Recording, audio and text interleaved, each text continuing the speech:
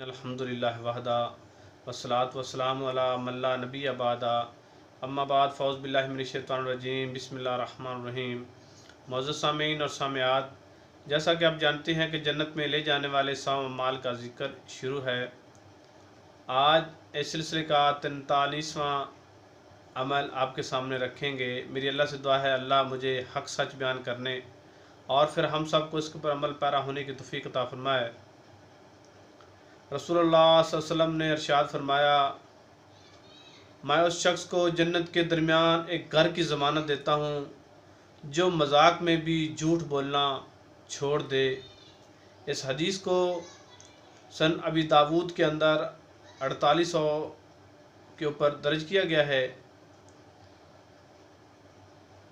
اس حدیث کا مطلب کیا ہے کہ اللہ کے رسول نے فرمایا کہ میں اس شخص کے لیے جنت کے درمیان ایک گھر کا ضامن ہوں، میں ضمانت دیتا ہوں کہ اللہ اس کو جنت کے درمیان ایک گھر دے گا۔ جو بندہ مذاق میں بھی جھوٹ نہیں بولتا، جو کسی کے ساتھ مذاق بھی کرے تو پھر بھی جھوٹ نہیں بولے گا، ایسے شخص کے لیے جنت کے درمیان ایک گھر کی ضمانت رسول اللہ صلی اللہ علیہ وسلم نے دی۔ اس لیے ہمیں چاہیے کہ ہم مذاق میں بھی جھوٹ نہ بولیں، ہم ہر وقت ہم سچ کو لازم پکڑیں، ہمیشہ سچ بولیں، جھوٹ سے بچیں۔ اللہ سے دعا ہے اللہ مجھے اور آپ کو